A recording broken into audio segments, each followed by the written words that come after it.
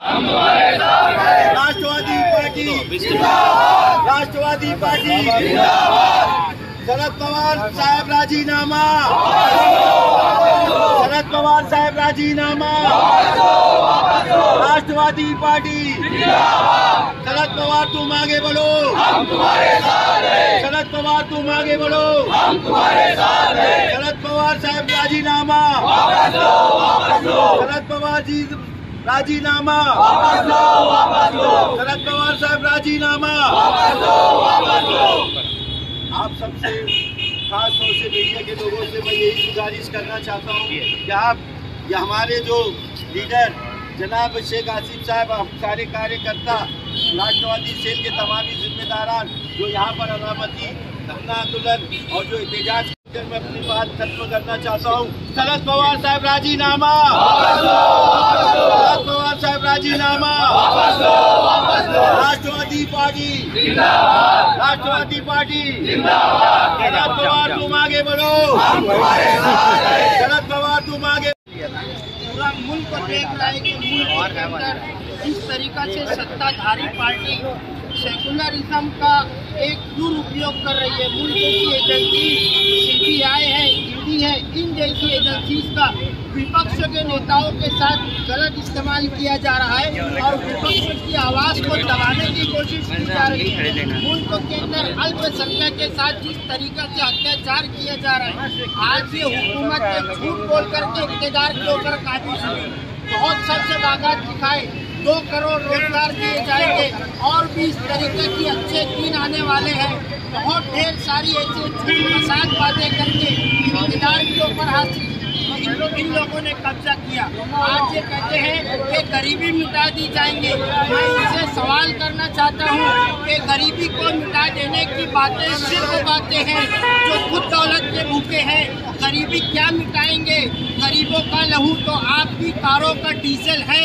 गरीबी मिट गई तो आप क्या रिक्शा चलाएंगे?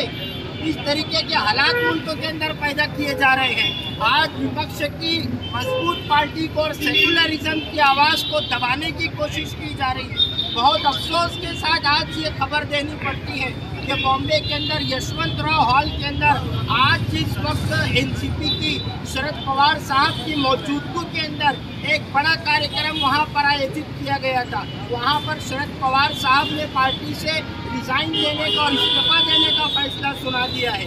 उसी के पेश नज़र आज पूरे महाराष्ट्र के अंदर मालेगांव शहर के अंदर भी आसिफ शेख साहब के नेतृत्व में और उनकी सरपरस्ती में पार्टी के तमाम ही जिम्मेदारान और कार्यकर्ता यहाँ पर आए हैं और हम ये बात की गुहार लगा रहे हैं कि शरद पवार साहब अपना ये फैसला वापस ले। उसकी वजह ये है कि आज जहाँ पर बीजेपी इक़्तिदार में है, आप देख सकते हैं बुलडोजर की सियासत हो रही है। मुसलमानों के मजहबी कवानीन के ऊपर गलत दाव पेच खेले जा रहे हैं।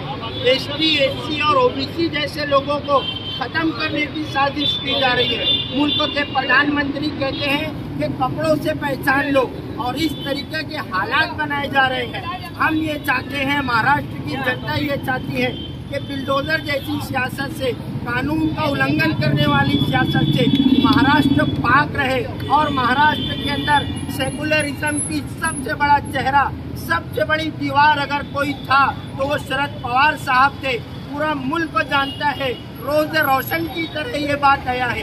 उसी के पेश नज़र आज अगर शरद पवार साहब पार्टी से रिजाइन करते हैं तो ये मेरा जाती कहना है, इख्तिलाफ हो सकता है कि आज अगर शरद पवार साहब ने पार्टी से रिजाइन किया तो सेकुलरिज्म की दीवार गिर जाएंगी। पूरे महाराष्ट्र के ऊपर इसका एक गलत असर पड़ेगा।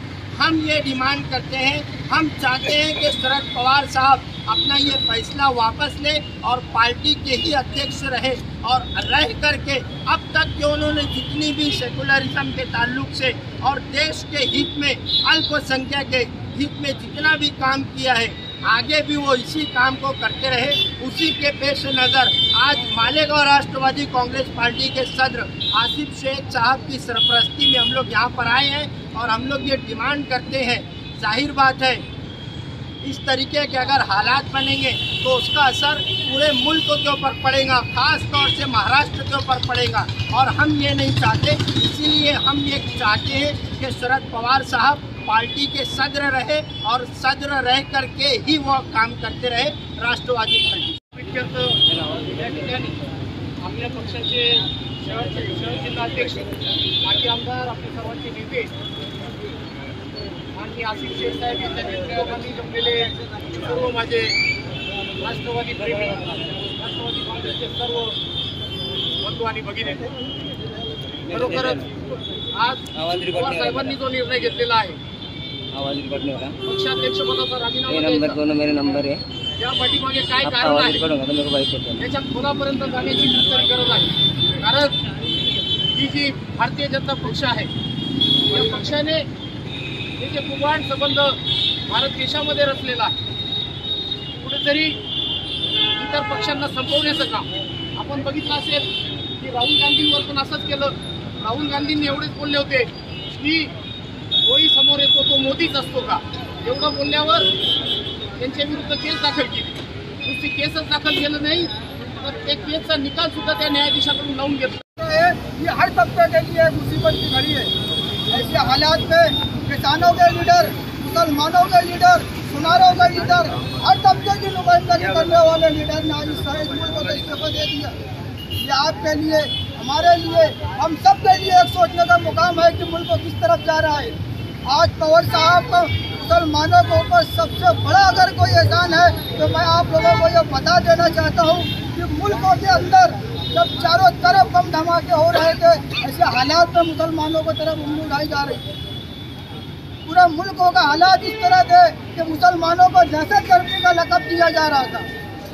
ऐसे हालात में शरद पवार वो वाहिद लीडर थे जिन्होंने हिम्मत तो कर का इंतखाब अमल में लाकर मुसलमानों के ऊपर एहसान किया था और उन्होंने दहशतगर्दी का इस लेवल को मुसलमानों के ऊपर से हटाने का काम अगर किसी ने ऐलान किया है, पूरे देश में एक अजीब सी हलचल मची हुई है। हम लोग ने भी जैसे ही टीवी ऑन किया और ये खबर सुनी, बड़ी दुख की घड़ी आ गई है, क्योंकि जो एक मजबूत दीवार है आज वो उस दीवार ने हमारा साथ छोड़ने का जैसे ही फैसला किया कि आज इस्तीफे का ऐलान किया, तमाम खवातीन भी ख़ास तौर से, क्योंकि जो फिरका परस्त पार्टियां हैं ये खवातीन की, महिलाओं की कोई रक्षा नहीं करती। ये शरद पवार साहब थे जो एक मजबूत अपोजिशन लीडर होने की वजह से आज खवातीन भी बड़े धड़ल्ले से देश में आज चल रही थी, अपनी आवाज़ उठा रही थी। जैसे ही इस्तीफे का ऐलान हुआ देश भर में खवातीन ने बड़े दुख की घड़ी आ गई है और इस दुख की घड़ी में हम भी उनके साथ में हैं और शरद पवार साहब से हम भी गुजारिश करते हैं कि आप एक मजबूत दीवार हैं, अगर ये दीवार हट गई तो ये इस देश से जमहूरियत तो पहले ही खतरे में है और भी ज़्यादा खतरे में हो जाएगी। AHC academy Malegaon NEET JEE की बेहतरीन तैयारी IIT टीचरों के साथ एकेडमी की ओर से स्टडी मटेरियल भी एडमिशन ओपन। अब होगी सपनों की उड़ान पूरी। छत्रपति शिवाजी महाराज के पुतले के सामने महेश नगर मालेगांव मुस्तफ़ा भंगार बाज़ार डायमंड कारपेट होलसेल रेट में कारपेट दिया जाता है। हर किस्म का यहाँ पर कारपेट दिया जाता है। हमारा पता याद रखें, मालेगांव मुस्तफ़ा भंगार बाज़ार डायमंड कारपेट होलसेल रेट में दिया जाता है।